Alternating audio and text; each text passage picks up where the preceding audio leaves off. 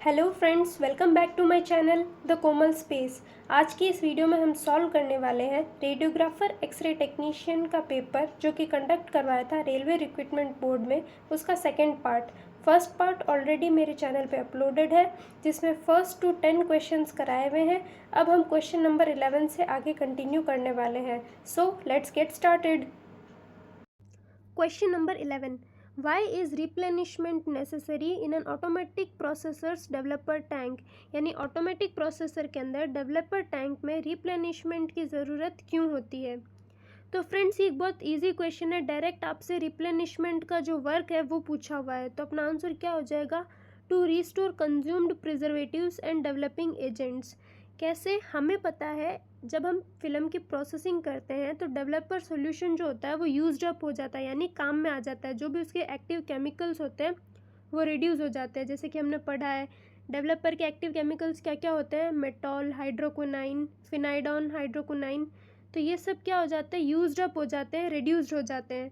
तो अब अगर हमें आगे कोई भी फिल्म को प्रोसेस करना है तो हमें एक्टिव केमिकल्स की ज़रूरत होगी। तो हम क्या करते हैं, सॉल्यूशन में रिप्लेनिशर ऐड करते हैं जो कि क्या करता है, रिस्टोर कर देता है एक्टिव केमिकल्स को, यानी कि सॉल्यूशन के अंदर एबिलिटी क्रिएट करता है ताकि वो एक मेंटेन कर सके कंसिस्टेंट इमेज क्वालिटी को। सो ऑप्शन नंबर 2 हमारा करेक्ट आंसर हो जाएगा। अब हम बाकी के ऑप्शंस देख लेते हैं कि वो कैसे नहीं होंगे। तो ऑप्शन नंबर 1 हमारा क्या है, to prevent over heating of the solution.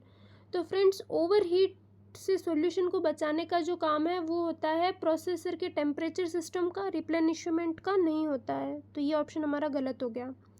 Option number 3, to improve image sharpness. Image sharpness जो होती है वो डिपेंड करती है factors like motion, focus, resolution, इन सब पे डिपेंड करती है, रिप्लेनिशमेंट पे डिपेंड नहीं करती है। तो ये ऑप्शन भी गलत हो गया।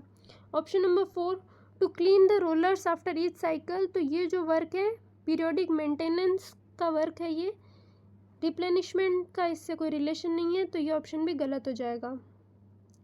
Moving to the next question, question number 12, where should the central ray be directed for a standard dorsoplantar foot radiograph. यानी कि हमसे पूछा है डोर्सोप्लेंटर फुट रेडियोग्राफ के अंदर आप सेंट्रल रे कहाँ देंगे। तो फ्रेंड्स, डोर्सोप्लेंटर फुट रेडियोग्राफ जो होता है वो एपी फुट को ही कहते हैं। तो फ्रेंड्स, मैं आपको अगर एक छोटे से डायग्राम से समझाऊं कि इसे डोर्सोप्लेंटर फुट क्यों कहते हैं, सो आप इमेजिन कीजिए ये एक पेशेंट का फुट है और ये जो सरफेस होती है फ्रेंड्स उसे कहते हैं डोर्सल सरफेस ऑफ फुट, और ये नीचे वाली हो गई प्लेंटर सरफेस ऑफ फुट। तो जो हम रे दे रहे हैं वो क्या हो रही है, डोर्सल पार्ट से प्लेंटर सरफेस की तरफ जा रही है, इसीलिए इसे क्या कहा जाता है, डोर्सोप्लेंटर फुट रेडियोग्राफ। तो ये बेसिकली क्या है, एपी फुट की पोजीशन है। और अब हमें बताना है कि हमें इसका सेंटर कहाँ देना है। तो फ्रेंड्स, इसका सेंटर हम देंगे over the cuboid navicular joint between the navicular tuberosity and tuberosity of the fifth metatarsal, जो कि क्या है, basically centre of the foot AP view है। तो ये हमारा सेकेंड ऑप्शन जो है वो करेक्ट हो जाएगा। कैसे हो जाएगा, मैं आपको एक इमेज बेस पे इसको समझाती हूँ। तो फ्रेंड्स, जैसे कि ये फुट एपी आप इस देख सकते हैं। अब हमें सेंटर कहाँ देना है, क्यूबॉइड और नेविकुलर जॉइंट पे। तो ये जो बोन है ये हमारी क्यूबॉइड और ये है हमारी, सॉरी, ये जो बोन है ये नेविकुलर और ये जो है वो बोन है हमारी क्यूबॉइड। तो नेविकुलर और क्यूबॉइड बोन का जॉइंट कहाँ हो गया, यहाँ पे, ठीक है।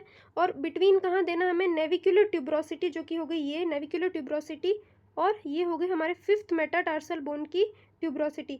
यानी इन दोनों ट्यूब्रोसिटीज़ के सेंटर का पॉइंट जो है, फ्रेंड्स मैं आपको कलर चेंज करके बताती हूँ जिससे कि आपको एकदम क्लियरली समझ में आएगा। तो ये दोनों ट्यूब्रोसिटीज़ का जो सेंटर पॉइंट है वो ये है। तो हमें सेंटर कहाँ पे देनी है, यहाँ पे, नेविकुलर बोन और क्यूबॉइड बोन का जॉइंट प्लस नेविकुलर ट्यूब्रोसिटी और फिफ्थ मेटाटार्सल बोन की ट्यूब्रोसिटी का सेंटर पॉइंट। तो हम एपी व्यू का जो सेंटर देंगे फुट एपी व्यू का, वो कहाँ देंगे, यहाँ देंगे। सो ऑप्शन नंबर 2 हमारा बिल्कुल करेक्ट हो जाएगा। अब हम बाकी के ऑप्शंस देख लेते हैं वो क्यों नहीं होंगे। तो ऑप्शन नंबर 1 जो है just above the ankle joint, तो ये जो एंकल एपी व्यू होता है उसके लिए सही रहेगा, फुट के सेंटर में ये नहीं होगा। तो ये ऑप्शन हमारा हो गया गलत। Option number 3, at the calcaneus. तो कैल्केनियस के ऊपर अपन तब देते हैं जब हमें पर्टिकुलरली कैल्केनियम यानी कि हील बोन ही देखनी होती है, तब हम ये सेंटर यूज़ करते हैं। तो ये भी रॉन्ग हो गया।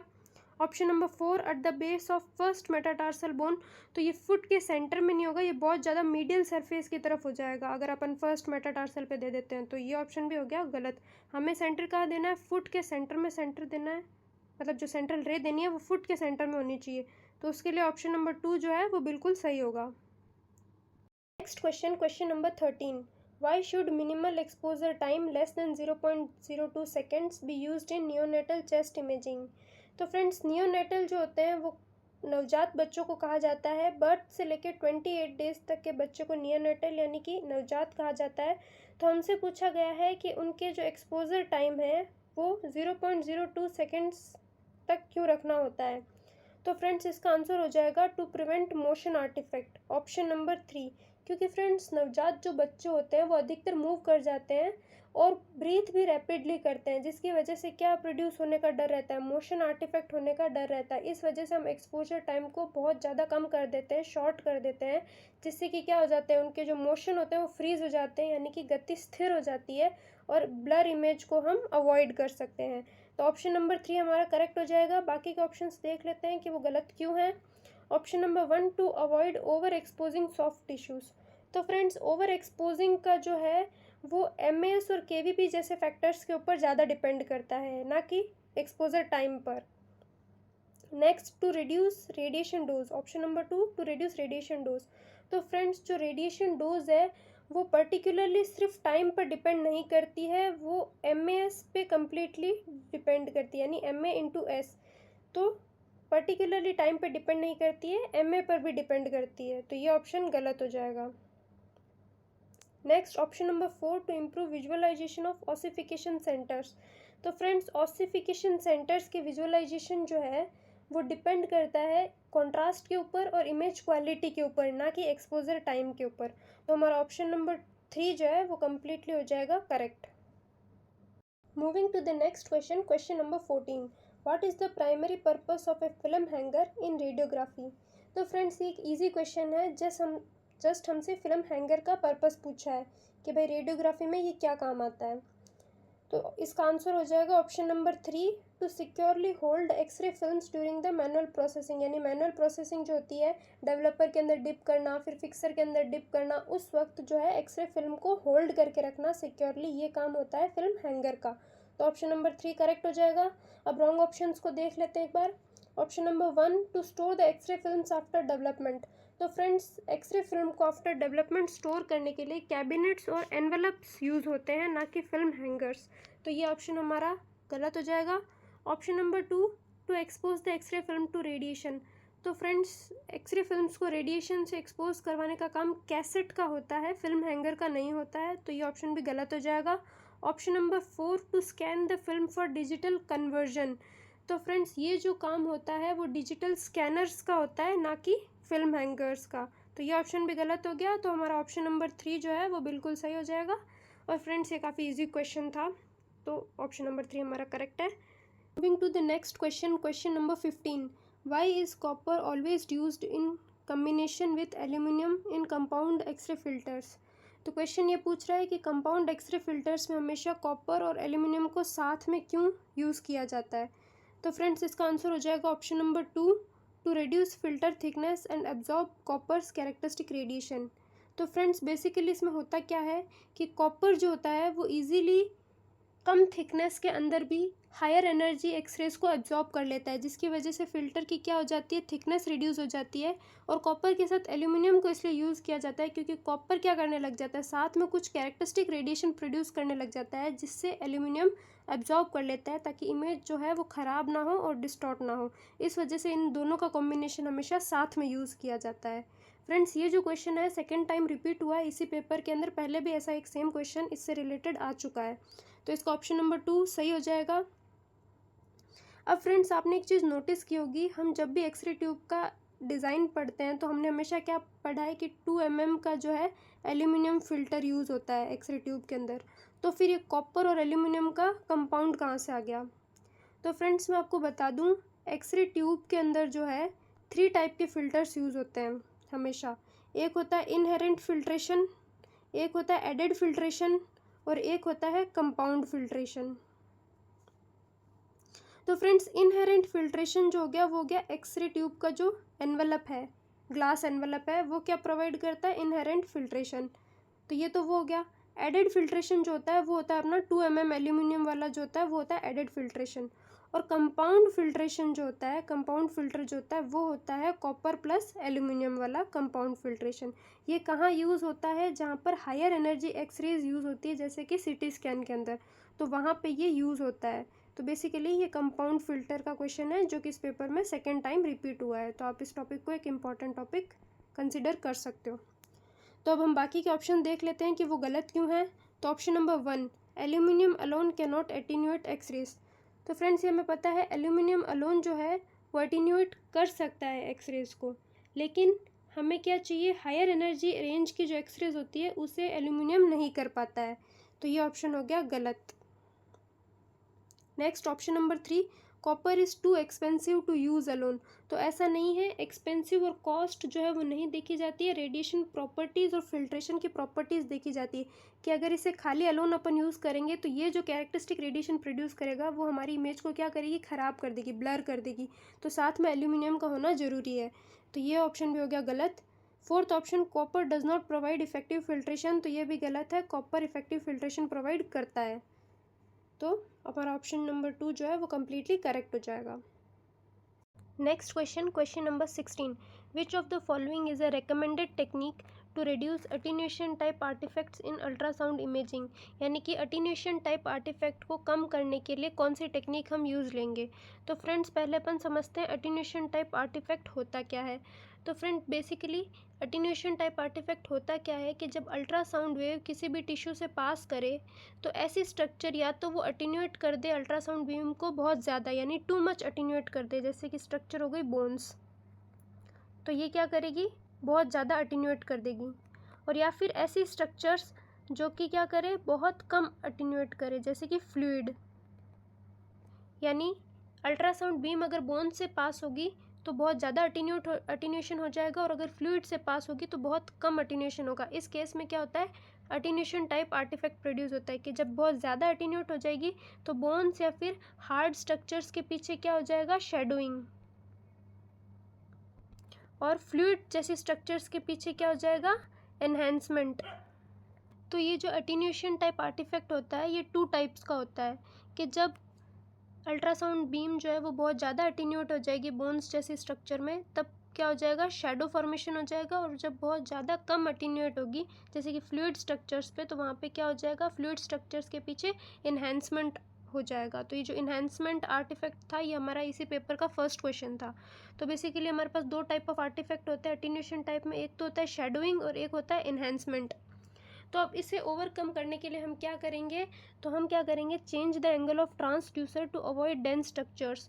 क्या कर देंगे, एंगल ऑफ जो प्रॉब है, ट्रांसड्यूसर है, उसका एंगल चेंज कर देंगे, उसे टिल्ट कर देंगे, जिसकी वजह से जो अल्ट्रासाउंड वेव होगी वो बाईपास हो जाएगी थ्रू द डेंस स्ट्रक्चर्स, और उस वजह से क्या हो जाएगा, ये आर्टिफैक्ट जो है वो रिड्यूस हो जाएगा। तो हमारा ऑप्शन नंबर 3 जो है वो बिल्कुल करेक्ट हो जाता है। अब हम बाकी के ऑप्शंस देख लेते हैं कि बाकी के ऑप्शन सही क्यों नहीं है।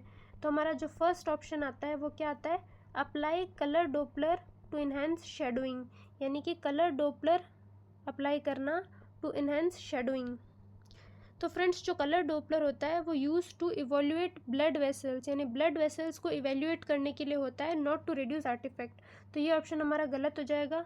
सेकंड है use a higher frequency transducers. तो हमें पता है फ्रेंड्स, जैसे ही हम हायर फ्रीक्वेंसी ट्रांसड्यूसर को यूज़ करते हैं, जितनी ज़्यादा फ्रीक्वेंसी होती है अटीन्यूएशन भी उतना ज़्यादा होता है। तो जितना ज़्यादा अटीन्यूएशन होगा ये उस आर्टिफैक्ट को और बढ़ा देगा कम करने की जगह। तो ये ऑप्शन भी हमारा गलत हो जाएगा। Option number 4, increase the gain to maximum. Gain को मैक्सिमम इंक्रीज़ कर देने का मतलब होता है कि जो भी रिटर्निंग इकोज आ रही हैं उन्हें एम्पलीफाई करना। तो ये जो है आर्टिफैक्ट को कम करने में बिल्कुल भी हेल्प नहीं कर पाएगा, क्योंकि डेंस ऑब्जेक्ट्स के पीछे से कोई रिटर्निंग इकोज नहीं आ रही है, वहाँ पे शैडो बन रही है क्योंकि वहाँ से कोई इकोज नहीं आ पा रही, तो आप किसे इंक्रीज़ करोगे। तो ये ऑप्शन भी हमारा गलत हो गया। तो हमारा ऑप्शन नंबर 3 जो है वो सही ऑप्शन है। Next question, question number 17, what limits the duration of continuous fluoroscopy when initiating exposure of an X-ray tube from a cold state। यानी कि जब अगर अपन कंटिन्यूस फ्लोरोस्कोपी करना चाहते हैं तो उसका जो समय है वो कौन निर्धारण करेगा कि भाई अपन को कितनी देर तक ही हम कर सकते हैं। किस केस में कि जब हम क्या करें, एक कोल्ड स्टेट एक्सरे ट्यूब से शुरू करें, तो कौन सी चीज़ जो है वो बताएगी कि भाई अब हम इतनी देर ही फ्लोरोस्कोपी कर सकते हैं, इतनी देर ही तक ही अपन सीमित है करने के लिए, एक्स्ट्रा नहीं कर सकते हैं। तो ये चीज़ कौन बताएगा? The anodes heat storage capacity. Anode की जो हीट स्टोरेज कैपेसिटी है वो बताएगी कि अपन कितनी देर तक कंटिन्यूस फ्लोरोस्कोपी का यूज़ ले सकते हैं। कैसे फ्रेंड्स, मैं इसे आपको एक्सप्लेन करूँ तो जब एक्स रेज प्रोड्यूस होती है कंटिन्यूसली, यानी फ्लोरोस्कोपी के अंदर क्या होता है, रियल टाइम इमेजिंग होती है, तो उस वक्त क्या होता है, एक्स रेज जो है वो कंटिन्यूसली प्रोड्यूस हो रही होती है, तो a lot of heat generate होती है। क्योंकि हमें पता है फ्रेंड्स, जब भी एक्स रेज प्रोड्यूस होती है तो वहाँ पे सिर्फ 1% जो है वो एक्स रे प्रोड्यूस होती है, बाकी जो है 99% क्या प्रोड्यूस होती है, हीट प्रोड्यूस होती है। तो इतनी ज़्यादा हीट जो है वो एनोड के ऊपर प्रोड्यूस हो रही है जब अपन फ्लोरोस्कोपी कंटिन्यूसली कर रहे हैं। तो अगर एनोड जो है वो बहुत जल्दी जो है टू हॉट हो जाएगा, मतलब बहुत जल्दी अगर वो गर्म हो जाएगा, तो वो क्या हो सकता है, क्रैक हो सकता है और डैमेज भी हो सकता है। क्रैक हो सकता है और डैमेज भी हो सकता है। इसीलिए जो उसकी हीट स्टोरेज कैपेसिटी है वो हमें बताएगी कि भाई अपन कितनी देर तक फ्लोरोस्कोपी को कंटिन्यूस यूज़ कर सकते हैं। अगर हीट स्टोरेज कैपेसिटी कम होगी, एनोड के अंदर एबिलिटी कम होगी हीट को स्टोर करके रखने की, तो वो बहुत ज़्यादा जल्दी डैमेज हो जाएगा अगर अपन आगे फ्लोरोस्कोपी कंटिन्यू करते गए, रुके नहीं तो कौन लिमिट करेगा, उसकी जो सीमा है, समय सीमा है, वो कौन सीमित करेगा, एनोड की हीट स्टोरेज कैपेसिटी। तो फ्रेंड्स, अब आपके माइंड में एक डाउट आया होगा कि जो ये हमें भी पता है कि अगर एनोड पे बहुत ज़्यादा हीट अगर प्रोड्यूस होती है, अपन कंटिन्यूस फ्लोरोस्कोपी करते हैं, कंटिन्यूस एक्सरे जनरेट करते हैं, बहुत ज़्यादा हीट अगर प्रोड्यूस होती है तो एनोड डैमेज होता है। तो फिर यहाँ क्वेश्चन के अंदर ये चीज़ क्यों मेंशन करी गई है कि जो हमें इनिशिएटिंग एक्सपोजर हम जो ले रहे हैं वो एक कोल्ड स्टेट से ले रहे हैं। ये चीज़ बेसिकली हमसे ये ही क्यों कहा गया कि कोल्ड स्टेट से ले रहे हैं। तो फ्रेंड्स, इसको मैं आपको समझाती हूँ एक एग्जांपल से, आप समझिए कि आप इमेजिन कीजिए कि आपके पास एक कोल्ड ग्लास है, यानी एक कांच की आपके पास ग्लास है जो एकदम ठंडी है, ठीक है, एकदम ठंडी है, और अब आप उसमें पोर करो एकदम बॉइलिंग वाटर। एकदम ठंडी ग्लास के अंदर आप अचानक से अगर बॉइलिंग वाटर जो पोर कर दोगे तो ये ग्लास क्या हो जाएगी, क्रैक हो जाएगी ईजीली। सेम यही सिचुएशन यहाँ पे प्रोड्यूस की गई है कि जो हमारी एनोड है, रोटेटिंग एनोड जो है हमारी, वो कोल्ड स्टेट के अंदर है, मतलब नॉर्मल रूम टेम्परेचर के अंदर है, उसे वार्म अप नहीं किया गया है फ्लोरोस्कोपिक प्रोड्यूस करवाने के लिए, एक्सरेज प्रोड्यूस करवाने के लिए उसे वार्म अप नहीं किया गया है, वो एक कोल्ड स्टेट में। अब हम अचानक से उस पर बहुत सारी एक्सरेज प्रोड्यूस करवाने के लिए रैपिड हीट अगर प्रोड्यूस करवाते हैं उसके अंदर, तो क्या होगा, एनोड बहुत जल्दी क्रैक होने के चांसेस है, बहुत इजीली डैमेज होने के चांसेस हैं। इसीलिए इसकी हीट स्टोरेज कैपेसिटी हमें बताएगी कि कितनी देर तक हम फ्लोरोस्कोपी कर सकते हैं। तो फ्रेंड्स, ये जो क्वेश्चन था वो किस कंसेप्ट पे था, थर्मल कैपेसिटी और थर्मल शॉक प्रिवेंशन के कॉन्सेप्ट पर ये क्वेश्चन है हमारा। अब हम बाकी के ऑप्शंस देख लेते हैं कि वो सही क्यों नहीं होंगे। तो फर्स्ट ऑप्शन जो है वो हमारा क्या है, the voltage of the ceramic insulators, कि सिरेमिक इंसुलेटर्स का वोल्टेज। तो फ्रेंड्स, ये जो है क्या बताता है हमें कि इलेक्ट्रिक सेफ्टी कितनी है वो हमें बताता है, ना कि कितनी देर तक हम फ्लोरोस्कोपी यूज़ कर सकते हैं, ये हमें नहीं बताता है, तो ये ऑप्शन गलत हो जाएगा।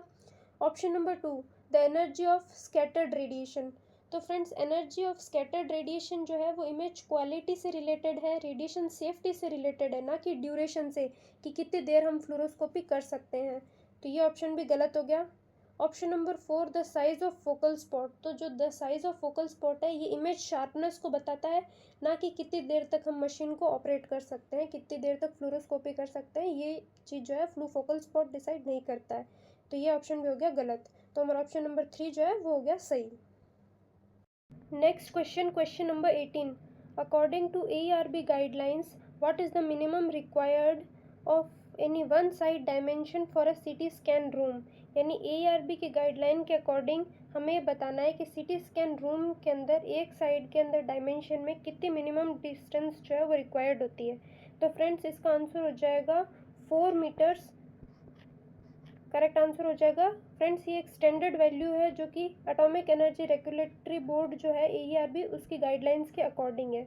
तो फ्रेंड्स ये डिस्टेंस क्यों है, तो ये क्या इंश्योर करती है, प्रॉपर शील्डिंग, यानी प्रॉपर शील्डिंग को इंश्योर करती है, इक्विपमेंट की फिटिंग को इंश्योर करती है और सेफ स्टाफ और पेशेंट मूवमेंट को इंश्योर करने के लिए जो है ये डिस्टेंस जो है रेकमेंड की हुई है ARB गाइडलाइंस के थ्रू। So option number 4 correct option हो जाएगा। Moving to the next question, question number 19, what does the term pitch refers to in spiral slash helical CT scanning. तो फ्रेंड्स ये डायरेक्ट डेफिनेशन से क्वेश्चन है और इसका हमारे पास फॉर्मूला भी है कि जो पिच होती है वो किसके इक्वल टू होती है, the ratio of table travel per rotation to the total collimated X-ray beam width. तो ये डायरेक्ट डेफिनेशन से क्वेश्चन है, तो ऑप्शन नंबर 4 जो है वो हमारा करेक्ट आंसर हो जाएगा। अब हम एक बार बाकी के ऑप्शंस देख लेते हैं कि वो गलत क्यों हैं। तो option number 1, the width of each CT slice, pitch जो है वो the width of each CT slice, तो ये गलत हो जाएगा क्योंकि जो है width of each CT slice बताता है स्लाइस की थिकनेस को, ना कि पिच को। तो ऑप्शन नंबर 1 जो है वो हमारा कम्प्लीटली गलत हो जाएगा। Option number 2, the number of detectors row in CT scanner, कि CT स्कैनर में कितने नंबर ऑफ डिटेक्टर्स है। तो फ्रेंड्स ये जो है वो मल्टी डिटेक्टर CT स्कैनिंग के जो कॉन्फ़िगरेशन है उसको बताता है, ना कि पिच को। तो ये ऑप्शन भी हमारा गलत हो गया। Option number 3, the angle at which the X-ray beam enters the patient, तो फ्रेंड्स ये बेसिकली बताता है बीम ज्योमेट्री को, ना कि पिच को। तो ये ऑप्शन भी हमारा गलत हो जाएगा। सो ऑप्शन 4 हमारा क्या है, correct answer. Next question, question number 20। Friends ये आज की हमारी वीडियो का लास्ट क्वेश्चन है। So let's have a look. In a scintillation detector the role of the photo multiplier tube is to, कि scintillation डिटेक्टर के अंदर फोटो मल्टीप्लायर ट्यूब जो हमारी होती है PMT, इसका जो है वर्क क्या है। तो फ्रेंड्स ये डायरेक्टली वर्क का क्वेश्चन है। हमें पता है फोटो मल्टीप्लायर ट्यूब क्या करती है, कन्वर्ट करती है लाइट पल्सेस को इलेक्ट्रिकल सिग्नल के अंदर। लाइट पल्सेस को किस में कन्वर्ट करेगी, इलेक्ट्रिकल सिग्नल्स में कन्वर्ट करेगी, ताकि आगे मशीन उसे प्रोसेस कर सके। तो ऑप्शन नंबर जो फर्स्ट है वो हमारा बिल्कुल करेक्ट हो जाएगा। ऑप्शन नंबर 1 बिल्कुल करेक्ट हो जाएगा। नेक्स्ट हम एक बार रॉन्ग ऑप्शंस की भी स्टडी कर लेते हैं कि वो गलत कैसे होंगे। तो option number 2, cool the detector during operation. तो फ्रेंड्स डिटेक्टर को कूल करने की वैसे कोई नीड होती नहीं है, और अगर हो तो भी ये जो काम है वो कूलिंग सिस्टम का होता है, PMT का नहीं होता है। तो ये ऑप्शन गलत हो गया। Next option, option number 3, block high energy particles. तो फ्रेंड्स PMT जो है किसी भी चीज़ को ब्लॉक नहीं करती है, ना हाई एनर्जी को ना लो एनर्जी को। इसका काम जो है वो क्या है, लाइट पल्सेस को इलेक्ट्रिकल सिग्नल्स में कन्वर्ट करना है। Next option, option number 4, focus the radiation beam. So friends ये जो फोकस द रेडिएशन बीम जो की जाती है वो कॉलिमेशन के द्वारा की जाती है, PMT के द्वारा नहीं की जाती है। तो ये जो ऑप्शन होंगे वो गलत हो जाएंगे और ऑप्शन नंबर 1 जो है वो हमारा कम्प्लीटली करेक्ट हो जाएगा। सो फ्रेंड्स आज की ये वीडियो यही एंड होती है। होप आप सभी को सब कुछ समझ में आया होगा। अगर फिर भी किसी को कुछ डाउट है तो आप मुझे कमेंट कर सकते हैं। Thanks for watching. अगर आपको वीडियो अच्छी लगी है तो लाइक करना, चैनल को सब्सक्राइब करना। Thank you so much, have a good day.